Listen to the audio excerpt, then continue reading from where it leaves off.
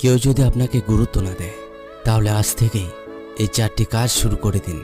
সবাই আপনার সাথে 2 মিনিট কথা বলার জন্য আপনার পেছনে করবে। নাম্বার 1, নিজের কথা বলার ধরনকে পরিবর্তন করুন। কথা ধীরে ধীরে বলুন এবং কাজের কথা ছাড়া মানুষের সাথে ফালতু কথা বেশি বলবেন না, এবং কথা বলার থেকে বেশি মানুষের কথাটি মন দিয়ে শোনার চেষ্টা করবেন এবং সঠিক উত্তর দেওয়ার চেষ্টা করবেন।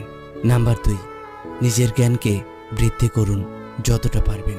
বড় বড় শিক্ষিত মানুষের সাথে ওঠা বসা করার চেষ্টা করবেন।